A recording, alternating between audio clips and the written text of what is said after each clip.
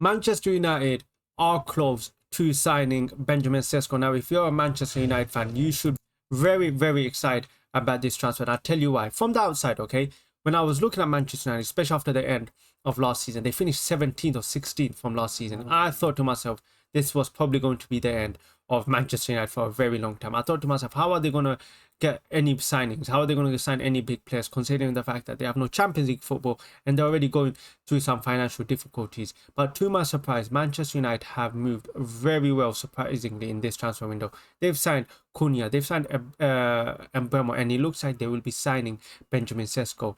Now, of course, if they do sign Benjamin Sesko, Manchester United, for me, arguably have one of the top three, potentially best front three in the Premier League. That is a front three full of experience and talent. In Mbeumo, 20 Premier League goals. Cunha, who we saw was so good last season, and Sesko, of course, we know the talent Sesko has. And Manchester United are going to be a very, very exciting side to watch next season. Now, with Manchester United, the issues were obvious last season, okay? Their front three was simply not good enough. With a mix of Højlund, Amad Diallo, Garnacho, they had a mixture of inconsistency, players not being consistent enough, injuries, and a lack of quality. Honestly, that is what let Manchester United down, because there were many games where you're watching them, especially the Europa League final. I was watching them, and it felt like Manchester United could have played for another 3 hours. They could have played till this day. And with the attack, with the front three they laid out for that game, they were simply not going to score, because the attackers in that game were just simply not good enough. They had Højlund, they had Garnacho, who they're trying to get rid of, and it was clear that they needed to overhaul the front attack. And to my surprise, they've done it very quickly. I really did think they were going to go maybe Mbeumo and Cunha and maybe leave out the striker and go for a midfielder or a defender, because they still do need to cover those positions. But they've gone full out and they have overhauled the whole attack. And I'm telling you now, Manchester United are going to be a very exciting side next season, because even though they may be crap in defending, crap in midfield, their attack with those three players is going to be deadly, and they're going to probably score a lot of goals next season. Now, let's talk about Benjamin Sesko first. Now, Benjamin Sesko, he has been a talk throughout the whole transfer window, been linked to many clubs, Liverpool, Arsenal. At one point, he looked like he wasn't even going to leave. And then suddenly, with the Isaac deal, him getting linked to Newcastle, and now to Manchester United. And Benjamin Sesko, look, he's a very talented player. I'm not going to lie to you. He's a very talented player. He's been, his camp and his players, the agents and everyone around him think very highly of him.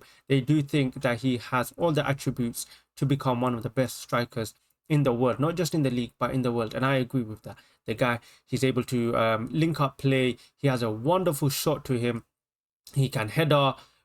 He's tall. He's physical. He has all the attributes in terms of being able to become a top player, just like similar to Isaac. I guess that's why Newcastle wanted Sesko, because he was probably the most similar style in terms of profile to Isaac. Now the main thing with Manchester United and Benjamin Sesko is, are Manchester United going to platform Benjamin Sesko? Over the years, we've seen many top talents go to Manchester United and, of course, never really live up to their potential, never live up to the expectation for when they sign. And that's the number one thing with Manchester United now.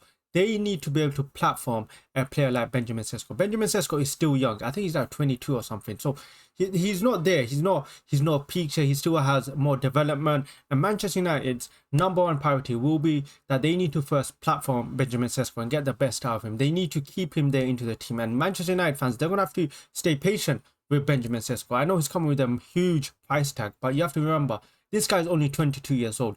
So Manchester United fans are going to have to be very patient with Benjamin Sesko. He's not going to score you maybe 25 league goals from the start. He's probably going to maybe score 15.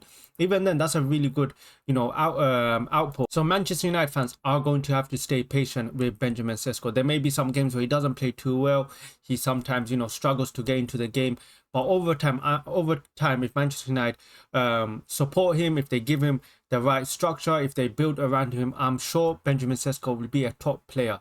And at Arsenal, look, we were linked with Benjamin Sesko. I'm not going to sit here and hate on the player. We were linked with Benjamin Sesko at one point. And for me, I wanted him. At one stage, I did want him at Arsenal, because I thought he had all the great attributes to becoming a top player. He reminded me of like an Isaac, or reminded me of, a Zlatan Ibrahimovic type of player. I'm not saying he is that level, don't get me wrong. Those two players in Zlatan and Isaac are level, way better than Sesko. But in terms of profile, in terms of attributes, he is very similar to those two players. And the thing with Manchester United fan, look, stay patient, but you guys have signed a top player. And what does that do for Manchester United? It does definitely put them in a very good position for next season. Whether it gets them enough for top four, maybe. I think Manchester United fans are wanting top four. Whether it gets them enough, I don't know, because I still feel that they have some gaps into the team. You know, midfield, they've been linked with another midfielder today in that Brighton midfielder, who is a very good player. And if they get him through the door, that's another brilliant addition to Manchester United. And potentially they could be in an argument for, you know, coming top four. But as of now, look, they're not clear for top four, but they are definitely within a conversation of at least top six. But, you know, there's a lot of gaps still within the team that needs to be fixing. And for Manchester United fans, where does that leave the likes of Højlund?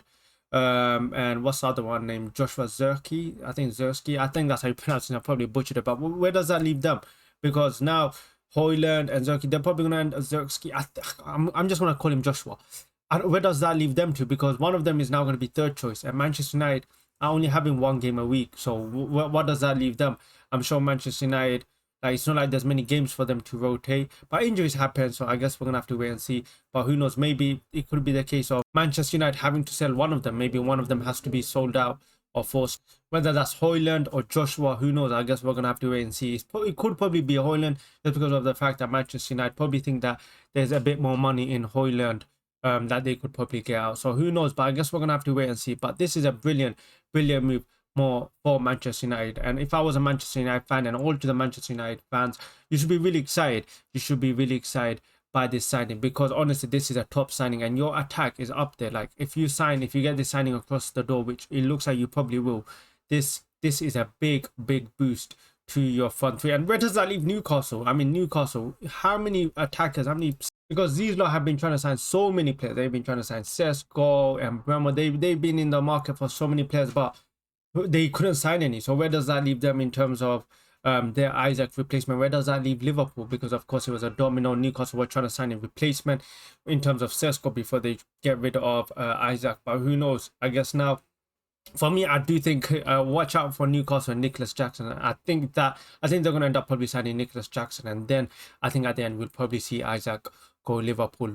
But yeah, I just we're gonna have to wait and see. But this is a crazy transfer window. A lot of top players joining the Premier League, and the Premier League is slowly becoming the Super League. Every single top player out there at any team other than Real Madrid or Barcelona are all being attracted to the Premier League. And forget the Super League, forget what Perez was trying to build. The Premier League is slowly becoming the Super League. I mean, you got Ekatike, Gyökeres, Sesko, the top three strikers in the market, all at the Premier League. But yeah, guys, let me know what you think in the comments, what you think about Manchester United and Sesko. Do you think Manchester United have overpaid for Sesko? Do you think they should have gone for Watkins, a more proven Premier League player who's ready to perform tomorrow? Or do you think they made the right deal in going for a more young striker? But yeah, let me know in the comments. Make sure you like, make sure you subscribe, and I'll catch you guys in the next one.